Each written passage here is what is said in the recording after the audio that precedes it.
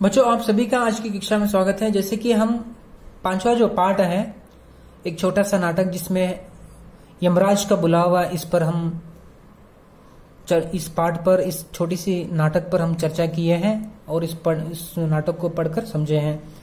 जैसे कि आज परीक्षा की दृष्टि से थोड़ा सा यहाँ पे रिवीजन करेंगे।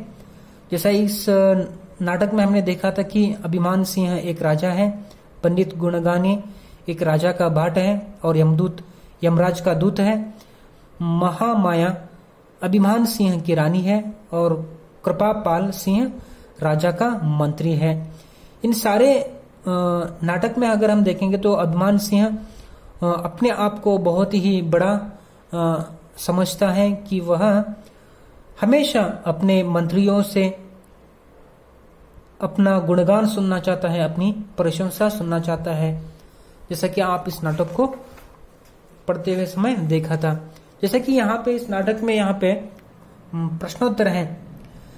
राजा सबसे अपने बारे में राय क्यों पूछता रहता था? जैसा कि इस नाटक के समय हमने प्रश्नोत्तर के समय में प्रश्न लिखा था कि क्यों सुनना चाहता था, कि राजा बहुत समय तक राज करना चाहता था। इसके लिए वह सुनिश्चित कर लेना चाहता था कि एक तो प्रजा उसका सम्मान करती है और दूसरे वह गुणों और शक्ति से भरपूर है, इसलिए वह सभी से अपने बारे में पूछना चाहता था। राजा ने यमदूत से बचने के लिए क्या क्या उपाय किए?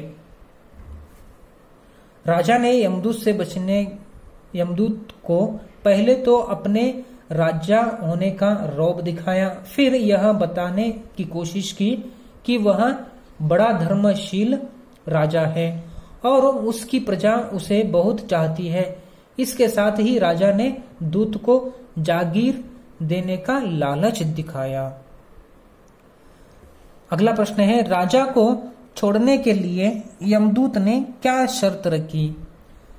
राजा को छोड़ने के लिए यमदूत ने कहा कि यदि 3 लोग भी यह कह दें कि उन्हें इस राज्य को चलाने के लिए तुम्हारी जरूरत है, तो कुछ समय के लिए तुम्हें छोड़ा जा सकता है। इस प्रकार यमदूत ने राजा से कहा। राजा को अपने बारे में क्या भ्रम थे और उनके वे भ्रम कैसे दूर हुए? जैसा कि इस प्रश्न का उत्तर है, राजा को अपने बारे में भ्रम था कि उसकी कृपा से ही सूरज चांद चमकते हैं, उसकी कृपा से लोग मालामाल हो जाते हैं। यदि वह नहीं रहेगा तो दुनिया ठहर जाएगी, सारे काम रुक जाएंगे, इसलिए उसका राजा बने रहना जरूरी है।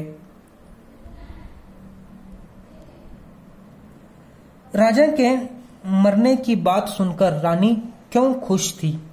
इसका उत्तर है, रानी का सोचना था कि उसका बेटा राजा बनेगा तो वह राजमाता कहलाएगी और पति के आदेशों के पालन करने से भी मुक्त हो जाएगी, इसलिए वह राजा के मरने से खुश थी। इस प्रकार हम इस नाटक में देख सकते हैं।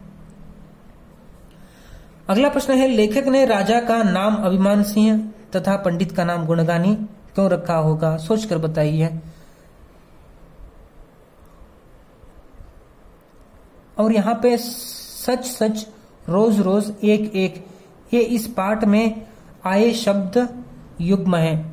इन शब्द युग्मों को उपयोग करके यहाँ पे उदाहरण लिखना है। 5 प्रकार के यहाँ जैसे प्रश्न देख सकते हैं आप, ऊपर लिखे 5 प्रकार के शब्द युग्मों के 2-2 उदाहरण लिखिए। जैसे कि यहाँ पे 2-2 उदाहरण लिखना है, जैसे आप प्रश्नोत्तर लिखते वक्त आपने लिखा था इसको।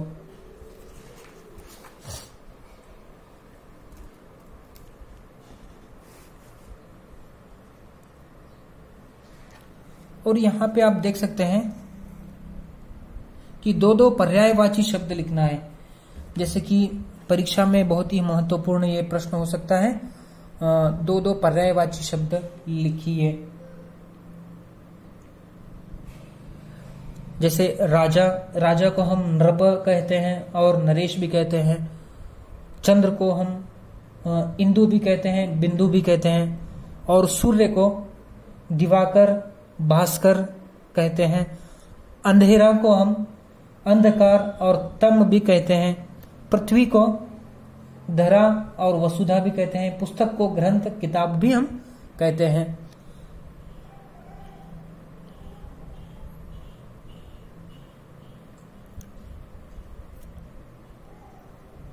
जैसे कि यहाँ पे नीचे लिखे मुहावरों के अर्थ लिखिए। मुंह में पानी भर आना यानी लालच आना। मुंह की खाना यानी पराजित होना। मुंह पीला पड़ना यानी भयभीत होना। मुंह फिरना यानी अपेक्षा करना। मुंह फुलाना यानी नाराज होना।